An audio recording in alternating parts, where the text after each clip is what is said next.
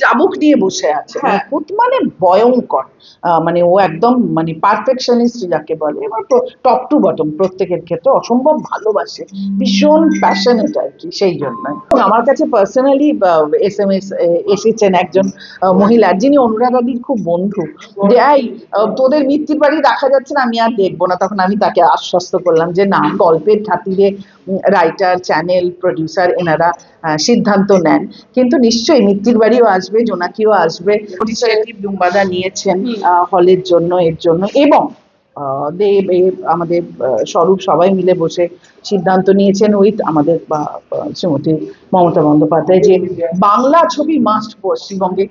এই খবরটা আমি যদিও ছবির সঙ্গে একেবারে এদের মতো জড়িত নই, কিন্তু নিজের শুনে ভালো লাগছে। সত্যি বাংলা ছবি প্রায়োরিটি এভাবেই দেওয়া উচিত। এখন বেশ ভালো বাংলা ছবি হচ্ছে। এই যে সারা পৃথিবী এখন উত্তাল হিন্দু মুসলিম নিয়ে, ভারতবর্ষ তো তার মধ্যে আছেই, কিন্তু এটা ভীষণ রেলেভেন্ট, ভীষণ মানে খুব দরকার। জুলুম খতম করতে হলে চাই ইমানদারি, মানুষের সঙ্গে আচ্ছা বর্তাও, মানুষকে ভালোবাসা। দেখবে জানোয়ারও ভালোবাসায় বশ হয় না। ইসলাম জুলুম বরদাস্ত করে না, যে জুলুম করে সে কখনো সচ্চা মুসলমান হতে পারে না।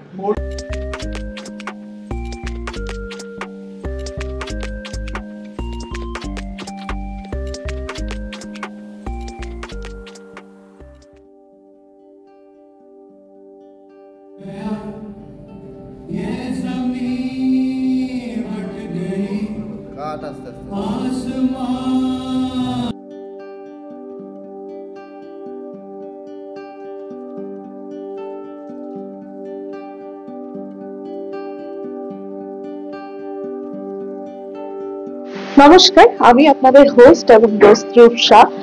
আজ আমার পাশে যিনি রয়েছেন তার কথা বলতে গেলে আমাকে আগে একটা অন্য কথা বলে নিতে হয়, সেটা হচ্ছে রবীন্দ্রনাথের খোকা বাবুর প্রত্যাবর্তন আমরা সকলে পড়েছি বা শুনেছি, কিন্তু আমার পাশে আজকে যিনি রয়েছেন তারও প্রত্যাবর্তন হতে চলেছে, তবে সেটা থিয়েটারে, তাও আবার 18 বছর পর।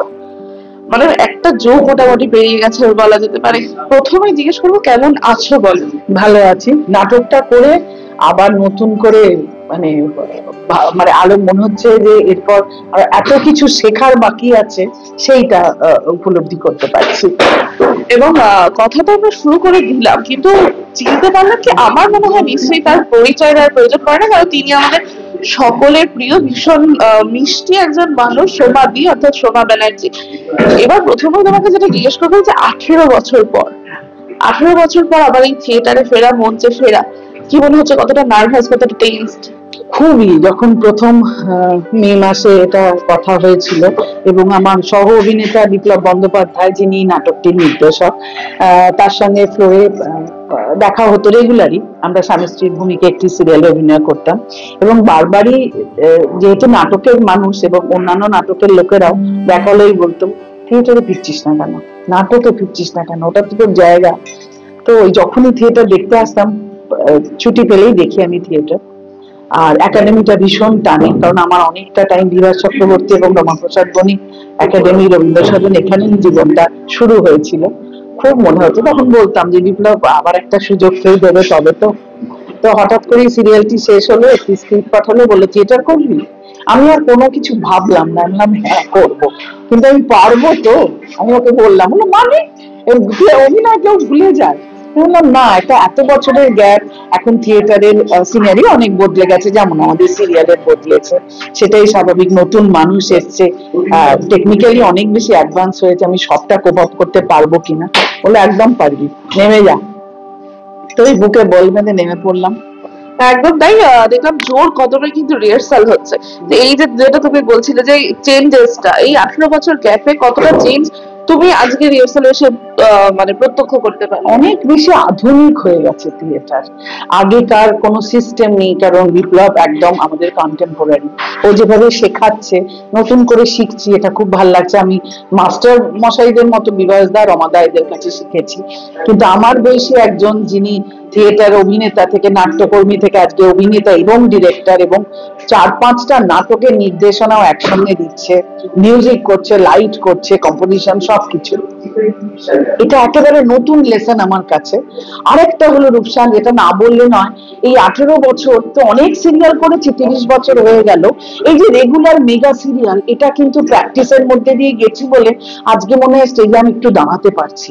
এটা আমি সিরিয়ালের কাছে, আমার সমস্ত চ্যানেলের কাছে, আমার প্রডিউসারদের কাছে আমি মানে ভীষণ কৃতজ্ঞ যে ওই সিস্টেমটার মধ্যে রেগুলার প্রত্যেক দিন ওই যে একটা রিহার্সাল, ওটাও তো রিহার্সাল, সেই জন্য মনে হয় আজও আমি একটু হলেও দাঁড়াতে পারছি। এবার সামনে 15ই আগস্ট শো, তারপরে দর্শক বলবে, মানে শো একদম মানে দোরগোড়ায় এসে গেছে। ডিরেক্টর মশাইকে দেখছিলাম যে ভীষণ নিখুঁত চাবুক নিয়ে বসে আছে, মানে ভয়ঙ্কর, মানে ও একদম মানে পারফেকশনিস্ট যাকে বলে। এবার তো টপ টু বটম প্রত্যেকের ক্ষেত্রে অসম্ভব ভালোবাসে, ভীষণ প্যাশনেট আর কি, সেই জন্য। এবং যেটা দেখলাম যে সকলেই মোটামুটি কম বেশি বকা টকা খাচ্ছে, তুমি কতটা বকা খেলে? খেয়েছি, কিন্তু লাইট কিভাবে নেওয়া উপর থেকে, আমার একটু ওপরে রথসামের উপরে বসে থাকা। তবে ওর সঙ্গে আমি একটু না, আমার খুব জেলিংটা আছে, যেটা 8 মাস আমরা টানা 24 দিন করে মাসে একসঙ্গে, আমি বুঝতে পারতাম যে ও কি চায়। ও তখন অভিনেতা, কিন্তু ওইটা নিয়ে না আমি একটু বুঝি যে ও কি চায়। আর তো জিজ্ঞেস করা আছে, এটা তো তুমি স্টেজ দেখছো, এর আগে 2 মাস তো বসে হয়েছে, কি বডি ল্যাঙ্গুয়েজ করবো, কি ভাষা ইউজ করবো, কোথায় কতটা, কাকে কিভাবে তাকাবো, সেগুলো হয়ে গেছে সেগুলো। একটা ধাপ পেরিয়ে এসে সেমিফাইনাল চলছে। একদম একদম, এটা সেমিফাইনাল একদম দৌড়। এবং যেটা তুমি বললে যে সিরিয়ালে কাজ করেছো বলে এখন সুবিধা হচ্ছে, একটু যদি অন্যরকম প্রশ্নটা করি যে সিরিয়ালের অনিশ্চয়তা আমরা এখন দেখতে পাচ্ছি, কেননা অনেক সিরিয়াল শুরু হচ্ছে তারপরে বন্ধ হয়ে যাচ্ছে, সেখান থেকেই কি আবার মঞ্চে ফেরার এই বলবো না, জানো তো, মঞ্চে আজ বলে নয়, আমি অনেকদিন ধরে ভাবছিলাম, কিন্তু সত্যি কথা সিরিয়াল আমায় ছুটি দেয়নি। আমার তো ব্রেন অ্যান্ড বাটার, তারা আমায় কাজ দেন, আমি রোজগার করি, আমি সংসার চালাই, 2 মেয়েকে বড় করছি, আমি খুব মানে খুব গ্ল্যাডলি এটা করি কাজটা। সিরিয়াল ছাড়া আমি ভাবতেই পারি না, আর বেশি দিন না থাকলেই দম বন্ধ হয়ে যায়, কই আমার ফ্লোর কই।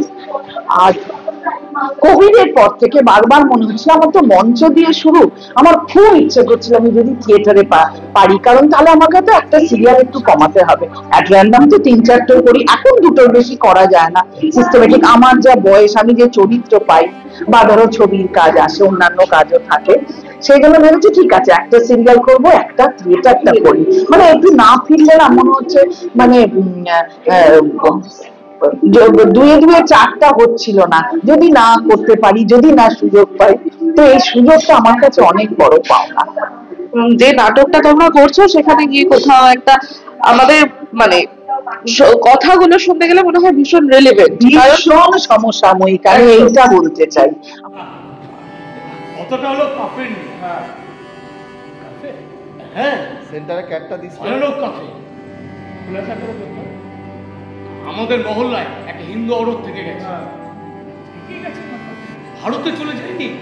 ও, তোমরা রতনলালের আমি কথা বলছি। আমার ওইটা স্ক্রিপ্টটা পড়ে এত ভালো লেগেছে, এই যে সারা পৃথিবী এখন উত্তাল হিন্দু মুসলিম নিয়ে, ভারতবর্ষতেও তার মধ্যে আছে, কিন্তু এটা ভীষণ রেলেভেন্ট, ভীষণ মানে খুব দরকার।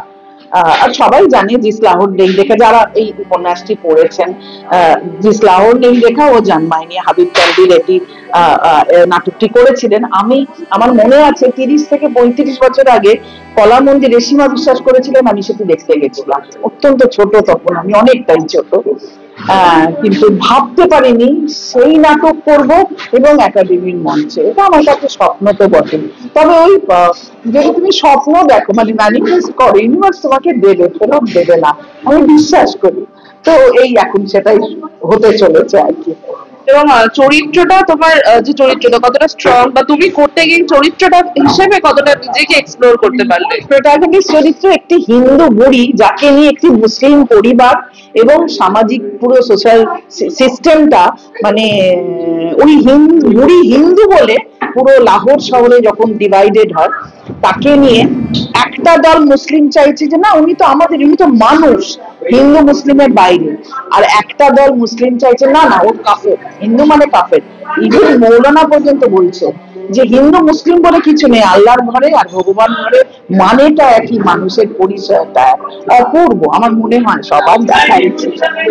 আর যেটা দেখতে পেলাম যে যাদের সাথে কাজ করছে তারা ভীষণই মানে অনেকেই রয়েছে বেশ পরিচিত মুখ, একদম তাদের সাথে কাজ করতে গিয়ে থিয়েটারে আবার ফিরে এই এই মানে জার্নিটা কি মনে হচ্ছে? আমার যেমন অযোধ্যার সঙ্গে দেখা, থিয়েটার করবো ভাবতে পারিনি, আর অযোধ্যাও অনেক কিছু ছোট ছোট আমাকে টিপস দিচ্ছেন, আমার খুব সুবিধা হচ্ছে। মাসুদ ভাই আছেন, মাসুদ আক্তার অনেক বড় একটা ভালো ভালো ছবি করেছেন, এখন দাপিয়ে দিল্লি বোম্বেতে থিয়েটার করছেন। মাসুদ ভাই অনেক ওয়ার্ড ইউজ করা কি করে করব, আমি একটু হিন্দি ইউজ করছি কারণ আমি লাহোরের বাসিন্দা, হিন্দু মহিলা কিন্তু লাহোরে, সেগুলো প্লাস পাঞ্জাবি একটা লোরি আছে, সেটা মাসুদ ভাই আলাদা করে যিনি লেখেন তার কাছ থেকে এনে সেইটা আমার কাছে আছে, আমি পাঞ্জাবি ভাষাতে লোরিটা করছি। এটা একদম এটা আমার নতুন করে শেখা বলে না, তো এই আর এই যে আমাদের জীবনের পথটা মাঝপথে গিয়ে শেষের দিকে গিয়েও যে আমরা সেই মুহূর্তে শিখতে পারি রূপসা, এটা তার প্রমাণ। আমি পুরো শিখছি আবার অনেক কিছু। আর শেখার কথা বলতে গেলে বলতে হবে যে তুমি যেটা বললে আবার ফিরে আসি যে সিরিয়ালে তুমি অনেক নতুন নতুন যারা আসছে তাদের সাথে কাজ করছো এবং দেখছো, যেটা বারবার কথা উঠে আসে যে নতুনদের কিন্তু কাজ অনেক কম দেওয়া হয়, একটু পক্ষপাতিত্ব করা হয়, সেইটা কি থিয়েটারে কোথাও আছে? আমি সবে তো একটা দলে এসেছে, কিন্তু এই দলটি সুন্দরম মনোজ মিত্রের দল এবং বহু পুরনো পরিচিত এবং একশো এক প্রোডাকশন এনারা দিয়েছেন বলাই বাহুল্য। কিন্তু যারা আছেন থিয়েটারের মধ্যে, সুব্রত যে আরেকটি প্রোটাগনিস্ট ক্যারেক্টার করছে এই মুসলিমদের মধ্যে, যে ফ্যামিলিটি আমার বাড়িতে এসে উঠবে, সে বহু দিনকার অভিনেতা এবং প্রত্যেকেই বেসিক্যালি থিয়েটারের। এই মুহূর্তে এই দলে আমি কিন্তু সেটা কিচ্ছু দেখছি না, মানে এই যে প্রপস দেওয়া, আমার একটা ঘটি কোথায় দেবে কি দেবে, এখানকার ছেলেগুলিকে সবাইকে তো চিনি না, তারা ভীষণ ডেডিকেটেড। না এটা থিয়েটার, আমাকে করতে হবে, এটা আমার কাজ।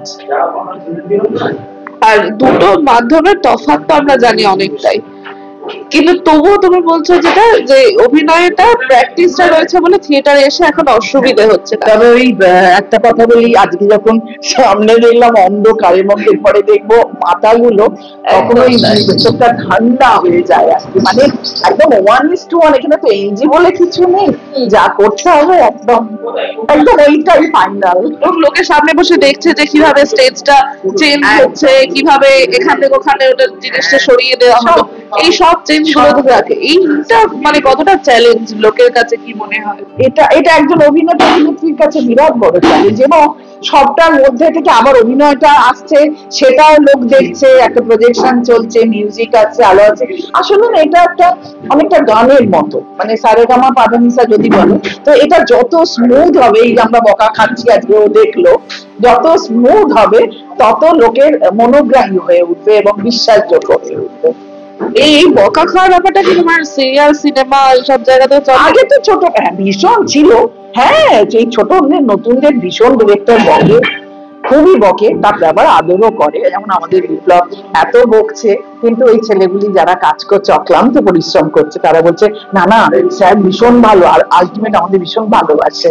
আমি বুঝতে পারি যে এই বন্ধনটা আছে বলেই সিরিয়ালেও তাই, এই যে 14 ঘন্টা আমরা থাকি, আমাদের মধ্যে ভীষণ ভালোবাসা আছে।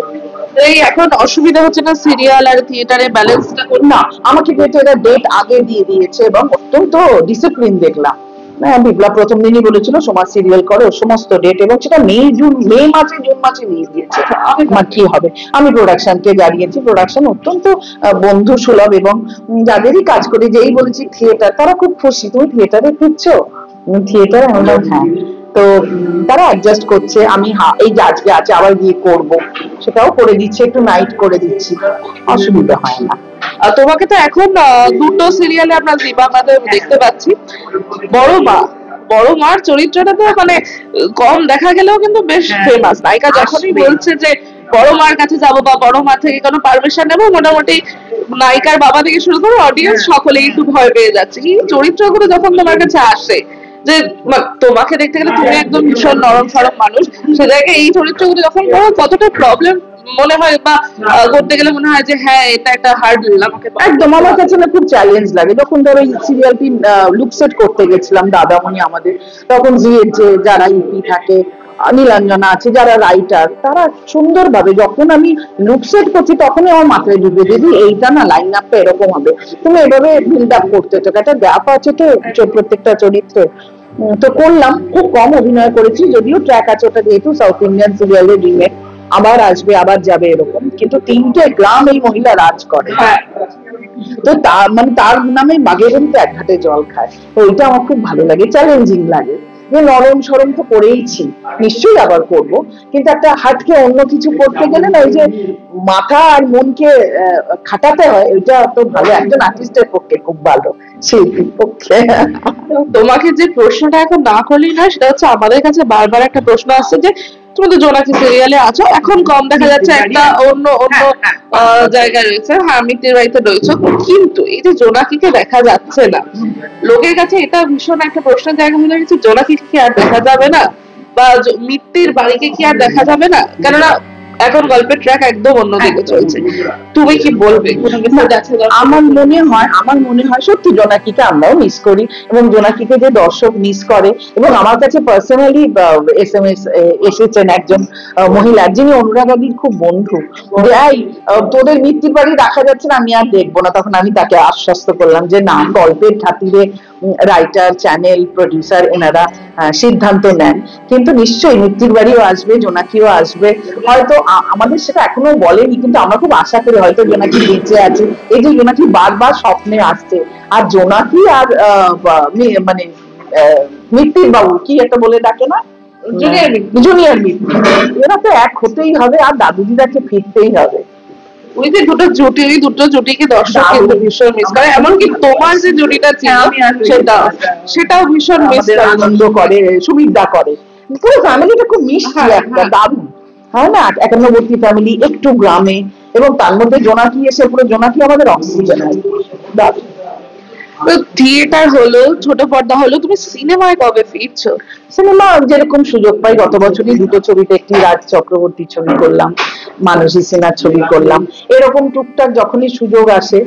তবে কি সত্যি কথা বলবো, কখনো কখনো চেষ্টা করি না এই করতে, কিন্তু সিরিয়ালের যদি খুব হেক্টিক থাকে, এই যে থিয়েটার নিয়েছি, তখন কখনো ছাড়তে হয়, খুবই আফসোস হয়। সিনেমা তো, বাংলা সিনেমা বলতে গেলে এখন আমার নতুন করে ফিরছে বলা যেতে পারে, আবার মানুষ হলে যাওয়ার চেষ্টা করছে, ডুম্বাদা নিয়েছেন হলের জন্য, এর জন্য, এবং আমাদের স্বরূপ সবাই মিলে বসে সিদ্ধান্ত নিয়েছেন, ওই আমাদের শ্রীমতী মমতা বন্দ্যোপাধ্যায়, যে বাংলা ছবি মাস্ট পশ্চিমবঙ্গে। এই খবরটা আমি যদিও ছবির সঙ্গে একেবারে এদের মতো জড়িত নই, কিন্তু নিজে শুনে ভালো লাগছে, সত্যি বাংলা ছবি প্রায়োরিটি এভাবেই দেওয়া উচিত, এখন বেশ ভালো বাংলা ছবি হচ্ছে, বেশ ভালো। কোন ছবি দেখে মনে হচ্ছে যে এটাতে আমি কাজ করতে পারলে ভালো হতো? বেশ ভালো, অঙ্ক কি কঠিন, খুব খুব ভালো লাগে, বেশ কিছু ছবি, ইভেন আমি এটাও বলবো না, হইচইতে বেশ কিছু ওয়েব সিরিজ খুব সুন্দর, খুব ভালো মেকিং, আর আমাদের সন্দীপ দাদু কিন্তু অনেক ছোট ছোট, এরা কি ভালো কাজ করছে, আপিস সুদেশ নান্দী, দারুণ দারুণ, মানে মুগ্ধ হয়ে গেছি দেখে, সেই বলছি, একশো কৌশিকদার ছবি আছে, শ্রীজিতের ছবি আছে, এই আর কি, নিশ্চয়ই ভালো কাজ হচ্ছে, ওরা না ভাবছে নতুন ভাবে, নতুন জেনারেশন। তোমার কি নিজের কোনোদিন ডিরেকশনে যাওয়ার ইচ্ছা আছে? যে এখনো নয় আমার, তবে খুব ইচ্ছা আছে কোনোদিন যদি একটা স্টুডিও করতে পারি, খুব ইচ্ছে, স্বপ্নের মতো মনে হয়। স্টুডিওতে তো অনেক কিছু, ছেলে মেয়েদের থাকা বসা শোয়া খাওয়া, বিশেষ করে মহিলাদের অনেক অসুবিধা আছে, টেকনিশিয়ানদের আছে, খুব মনে হয় একটা যদি সম্পূর্ণ এরকম সুবিধে অসুবিধে নিয়ে একটা স্টুডিও কোথাও, কলকাতাতে তো হবে না, একটু বাইরের দিকে করতে পারি, খুব ভাবি। ওই যে যখন শুটিং এর মাঝখানে সিন থাকে না, হয়তো বসে আছি, ভাবি আচ্ছা আমরা যদি ফ্লোরটা এইভাবে করতে পারি, হয় না, অনেক কিছু বাধা তো থাকে, ইচ্ছা আছে, প্রোডাকশনেরও ইচ্ছা আছে, যদি কোনোদিন সুযোগ আসে নিশ্চয়ই করবো। আর সেটা যদি হয়, মানে সেটা কি পারপাসে ইউজটা, মানে সিনেমা সিরিয়াল সবকিছুর জন্য? মেগা সিরিয়াল তো বটে, মেগা সিরিয়াল আমার খুব ভালো লাগে, এই যে একটা ধারাবাহিকতা বজায় থাকে, আর হঠাৎ নাটকে এসে মনে হচ্ছে ঠিক আছে, যদি বেশ অনেক টাকা হয় আমি নাটক প্রযোজনা করবো। সিরিয়ালে যেটা বললে, আবার আমাকে প্রশ্ন করতে হচ্ছে, এই যে এখন আমরা দেখতে পাই সিরিয়াল হয়তো বেশি দিন চলছে না, বন্ধ হয়ে যাচ্ছে, এইগুলো কোনো সিরিয়াল হয়তো অডিয়েন্সের খুব কাছে পৌঁছচ্ছে, কিন্তু তাও কোথাও গিয়ে হয়তো টিআরপি দৌড়ে টিকে থাকতে পারছে না বলে চ্যানেল বন্ধ করে দিচ্ছে। এইগুলোতে খুব মনে হয় যে সিরিয়ালের জায়গাটা আস্তে আস্তে দর্শকের মন থেকে সরে যাবে? হ্যাঁ, গল্পের উপরে না অনেকটা ডিপেন্ড করছে, এটা আমরা নিজেরাও সিনিয়র তো বুঝতে পারছি। তবে দেখো, শুধু যে গল্প তা নয়, এর মধ্যে দেখো ব্যবসা, অনেকগুলো ব্যাপার না জড়িত। প্রোডাকশন হাউস বলো, প্রডিউসার বলো, চ্যানেল ইপিরা বা চ্যানেলের যারা হেড, যারা গল্পটা নিয়ে ভাবছে, কেউ না চায় না সিরিয়ালটা বন্ধ হোক, কেউ চায় না। কারণ আমরা চেন ওয়াইজ অনেকগুলো মানুষ একটা সিরিয়ালের উপর নির্ভর করে বেঁচে থাকে, কেউ চায় না কোনো কারণে টিআরপির ব্যাপারটা আছে, ব্যবসাটা না চললে তখন আর ব্যবসাটা করবে কি করে, তখন চায় আর একটা নতুন ব্যবসা করে যাতে কন্টিনিউটিটা থাকে এই আর কি। তবে হ্যাঁ, এটা হচ্ছে, এটাতে খুবই দুঃখিত হই, খুব ব্যথিত হই যে হঠাৎ করে বলে নেই, বা আমি নেই এই সিরিয়ালে, শুনলাম 3 মাস ধরে বন্ধ হয়ে গেল। আমার না প্রথম মনে হয় যদি 50-60 জন টেকনিশিয়ান হয়, 20-25 জন আর্টিস্ট হয়, তাহলে 75 জন কাল থেকে বেকার। হ্যাঁ, কাজ হয়তো পাবে, নিশ্চয়ই পাবেন, কিন্তু ওইটা না খুব লাগে। হঠাৎ করে একটা মানুষের কাজ নেই, মানুষের সংসার চলবে কি করে? এটা এখন মাঝ বয়সে এসে না, সবাই তো ইয়াং, খুব মনে হয় আহারে ওরা চালাবে কি করে।